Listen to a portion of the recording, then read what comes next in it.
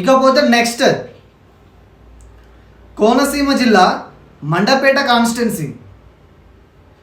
ఇక్కడ 2014లో టీడీపీ నుంచి వి జోగేశ్వరరావు గారు వైఎస్ఆర్సీపీ అభ్యర్థి అయిన గిరిజాల వెంకటస్వామి నాయుడు గారి మీద 36,014 ఓట్ల మెజారిటీతో గెలవడం జరిగింది.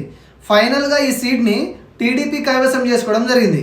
ఇక 2019లో కనుక మనం ఒకసారి ఇలానే చూసుకున్నట్లయితే ఇక్కడ టీడీపీ నుంచి వి జోగేశ్వరరావు గారు వైఎస్ఆర్సీపీ పార్టీ అభ్యర్థి అయిన పిల్లి సుభాష్ చంద్రబోస్ గారి మీద జనసేన పార్టీ అభ్యర్థి అయిన లీలాకృష్ణ వేగుళ్ళ గారి మీద పోటీ చేసి వైఎస్ఆర్సీపీ మీద 10,600 ఓట్ల మెజారిటీతో గెలిచి ఈసారి కూడా ఈ సీట్ని కైవసం చేసుకోవడం జరిగింది.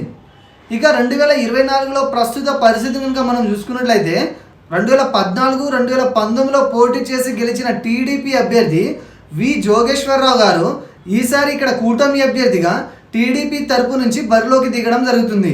ఇక వైఎస్ఆర్సీపీ అభ్యర్థిగా తోట త్రిమూర్తులు గారు ఇక్కడ పోటీ చేయడం జరుగుతుంది. ఈసారి వీరిద్దరి మధ్య జరిగే ఈ హోరాహోరీ పోరులో ఏ అభ్యర్థి గెలుస్తారో తెలుసుకోవాలంటే మనం ఒకసారి 2019లో టీడీపీ జనసేనకి విడిగా పోలైన ఓట్ల సంఖ్యని మనం క్షుణ్ణంగా గమనిస్తే మనకు ఒక అంచనా వస్తుంది. 2019లో ఇక్కడ విడివిడిగా టీడీపీకి జనసేనకి పోలైన ఓట్ల సంఖ్యను కనుక మనం ఒకసారి కలిపి చూసుకున్నట్లయితే సుమారుగా 113,000 పైచిలుకు ఓట్లను ఈ రెండు పార్టీలు కలిసి గెలుచుకోగలిగాయి.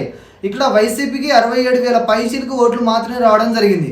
ఈ రిజల్ట్ని దృష్టిలో పెట్టుకొని కనుక మనం ఆలోచిస్తే ఈసారి ఇక్కడ గెలుపు ఎవరిదేనంటే దీనికి సమాధానంగా ఆ టైంలో ఈ రెండు పార్టీలకు విడివిడిగా పోలైన ఇదే ఓట్ల శాతం ఈసారి కూడా చెక్కు చెదరకుండా అదేవిధంగా ఇప్పుడు కూడా రిపీట్ అయితే ఖచ్చితంగా మంచి మెజారిటీతో ఈ సీట్ని కూటమి అభ్యర్థి అయిన వి జోగేశ్వరరావు గారే గెలిచే అవకాశం 100% ఉంది.